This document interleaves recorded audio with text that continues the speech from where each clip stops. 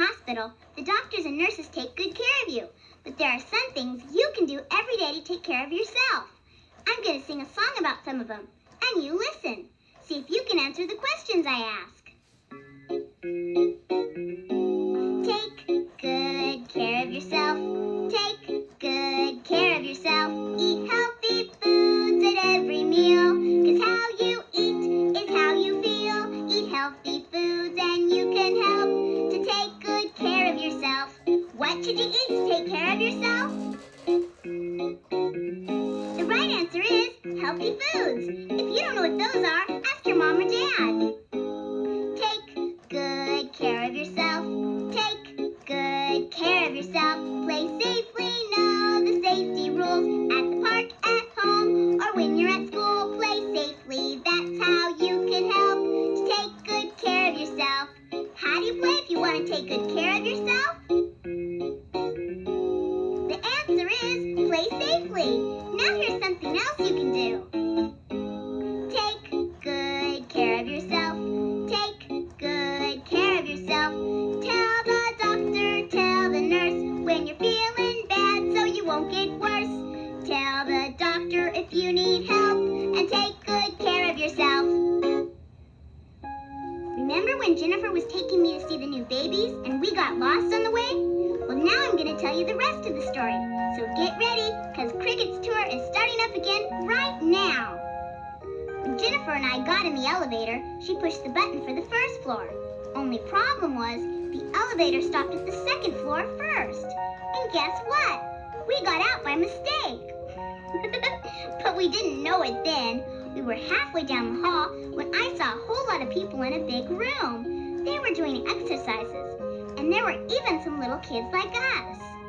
This doesn't look like the nursery, I said to Jennifer. It isn't, said Jennifer. It's physical therapy. I come here twice a day to do exercises. Just then, my Uncle Jack came into the room. Where have you two been? He asked. Oh, just taking a tour, we said. Well, don't forget, said my uncle. I'm the tour guide. Will you show us the nursery, I asked. Sure, my uncle said. Come on, it's down on the first floor. That's right, said Jennifer. I forgot. So then we got back in the elevator. But guess what happened? Jennifer pressed the button for the first floor again. Only this time, the elevator went up instead of down. What floor are we going to now, I asked. Looks like the third floor, said my uncle. That's where the OR is. What's the OR, I asked. It's the operating room, said Jennifer. That's where I had my operation. My doctor says I might have to have an operation soon, I said. A tonsillectomy. What's that? Asked Jennifer. That's when the doctor takes your tonsils out, said Uncle Jack, 'cause they're all swollen. Will it hurt, I asked. Only for a little while afterwards, said Uncle Jack. Phew, I said. That's a relief. Now can we see the nursery? Sure, said my uncle. So we all got back in the elevator, and this time we found the nursery. And picture this. All the new babies were sleeping in cribs right next to each other. And there was a big glass window that you could look through and watch them. Those babies were so cute. Hey, I said, now I remember the nursery. We came here when my little brother was born. Well, we stayed there for a little while, and then my uncle said, and now, ladies, may I escort you home? You mean back to my room, asked Jennifer. Why, of course, said my uncle. And then he took hold of Jennifer's wheelchair, and we headed for the elevator again. But first we made a little stop along the way. We stopped in the cafeteria and had a snack. See, said Uncle Jack, it's not so bad being in the hospital, is it? No, I said, but I bet Jennifer would say there's something even better. What's that? Asked Uncle Jack. Going home, said Jennifer and I together. When Jennifer and I walked around the hospital, we saw lots of signs that said, quiet, please. That meant we had to use our soft voices. Sometimes it's hard to remember to be quiet, so let's play a game about quiet things. Listen and tell me which one of these things has the softest voice. A lion roaring, a cat purring, or a dog barking. Which one has the softest voice?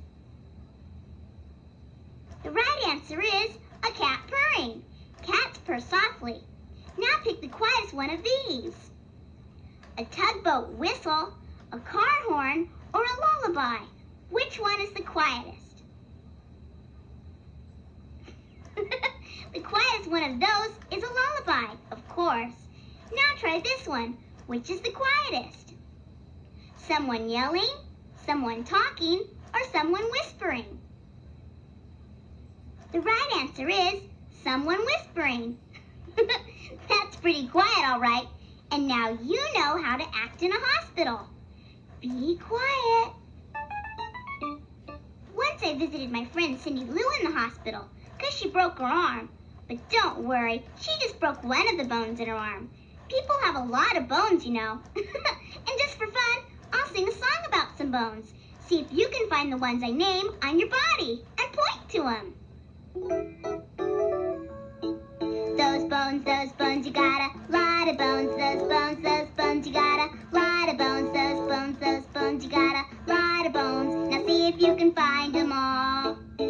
Toe bone connects to the foot bone connects to the ankle bone connects to the leg bone connects to the knee bone connects to the thigh bone connected to the hip bone connected to the backbone connected to the shoulder bone connected to the neck bone connected to the head bone. You sure got a whole lot of bones.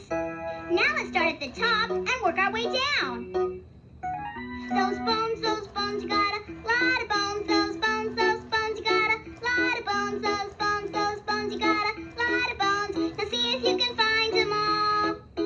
Head bone connects to the neck bone connected to the shoulder bone connected to the backbone connected to the hip bone connected to the thigh bone connected to the knee bone connected to the leg bone connected to the ankle bone connected to the foot bone connected to the toe bone. You sure got a whole lot of bones. When I went to the hospital to have my tonsils out, I took some of my favorite things from home. Let's see if you can help me remember what they are. I'll name the things I took, and you repeat them right after me. Here we go. I went to the hospital, and I took a toothbrush. What did I take? I went to the hospital, and I took a toothbrush and a teddy bear. What did I take? I went to the hospital, and I took a toothbrush, a teddy bear, and some toys. What did I take? Have you got a great memory or what? And here's something else you should remember. Always do what the doctor tells you to. After my operation, the doctor told me to stay in bed and get lots of rest. So that's just what I did. I always do what the doctor tells me. Let's see if you can do what Dr. Simon says. Just remember, if Dr. Simon doesn't tell you to, then don't you do it. Dr. Simon says, say ah. Dr. Simon says, blink your eyes. Dr. Simon says, wiggle your fingers. Blink your eyes. Uh-oh, Dr. Simon didn't say to. Now, Dr. Simon says, wiggle your fingers. Dr. Simon says, say ah. Wiggle your fingers. Dr. Simon didn't say to. Did I fool ya? All right, now, Dr. Simon says, blink your eyes. Dr. Simon says, say ah. Dr. Simon says, wiggle your fingers. Dr. Simon says, say ah. Dr. Simon says, wiggle your fingers. Say ah. I hope you didn't say ah that time. Now go a little faster. Dr. Simon says, say ah. Dr. Simon says, blink your eyes. Dr. Simon says, wiggle your fingers. Dr. Simon says, blink your eyes. Dr. Simon says, blink some more. Dr. Simon says, you look pretty healthy to me. Except now you've got a twitch in your eye. You know when you're hurt or don't feel well, you may feel scared too, or angry, or even sad. All those things are all right to feel, just as long as you make sure to tell somebody about him, like your mom or dad, or your teacher or the nurse. I know a story about a baby elephant who got hurt, and about some little ants who helped him. Would you like to hear it? Well, all right, here goes. Once upon a time, there was a baby elephant named Elvis. And one day, Elvis was out in the jungle playing alone, when all of a sudden, he stepped on a thorn bush. Ouch, cried Elvis. What was that? Then he picked up his foot, and there was a sharp thorn stuck in it. Ooh, that hurts, cried Elvis, and he tried to pull out the thorn with his trunk. But the thorn was so tiny, he couldn't wrap his trunk around it. Ooh, ooh, cried Elvis as he hopped around on his 3 good feet. What am I gonna do? Well, when Elvis was hopping around, he didn't know he was stomping on Anthony the ant's anthill, until Anthony came out and shouted, Hey, Jumbo, watch out! I'm sorry, Mr. Ant, said Elvis. Oh, ouch! What's the matter? Asked Anthony. Then Elvis told Anthony what had happened. Well, said Anthony, why don't you go to the emergency room? What's that? Cried Elvis. That's the part of the hospital you go to when you have an accident, said Anthony. Oh, no, cried Elvis. If I go there, they might hurt me even more. Don't be silly, said Anthony. But then Anthony realized how scared Elvis was. So he went to get his older sister, Andrea, and asked her what to do. Well, said Andrea, we can't let Elvis keep stomping on our anthill. There won't be anything left. And we can't pull a thorn out, said Anthony. We're too little. Then we'll just have to take him to the emergency room, said Andrea. So Anthony got on the phone and called the animal ambulance, while Andrea told Elvis what was happening. Now don't be afraid, she said. Everything's gonna be all right. Will you come to the hospital with me? Asked Elvis. Of course, said Andrea, and so will Anthony. Then pretty soon, the animal ambulance arrived. The paramedic was a chimpanzee named Charlie, and he helped Elvis inside. Anthony and Andrea hopped aboard, and off they went to the emergency room. When they got there, a nurse looked at Elvis's foot. No problem, said the nurse, and then she got a pair of tweezers and pulled the thorn out in a jiffy. There was a little bit of blood, and Elvis cried a little, but the nurse put on a bandage, and pretty soon Elvis felt a whole lot better. Gee, thanks for helping me, said Elvis to his ant friends. Don't mention it, said Anthony. See, said Andrea, it wasn't so bad, was it? No, said Elvis. I guess being scared made it hurt even worse. And then the animal ambulance came again and took Elvis and the little ants home. When they got there, Elvis's mom thanked Anthony and Andrea for taking such good care of her son. Our pleasure, said Andrea. Sure, said Anthony. Anytime. There's just one favor I'd like to ask. What's that? Asked Elvis. Next time you decide to do the elephant stomp, said Anthony, do it on somebody else's anthill. And then everybody laughed. Elvis was lucky he had his friends to help him when he went to the hospital. It's nice to have someone to talk to and share your feelings with, like I do with you. I'm so glad you're my friend.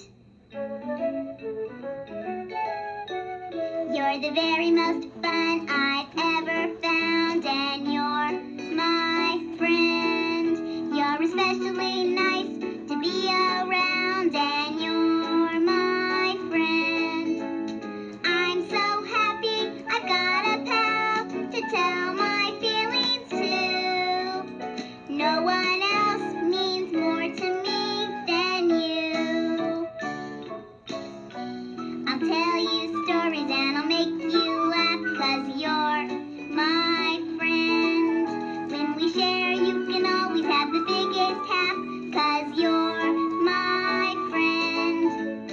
Some folks think I act like a nut.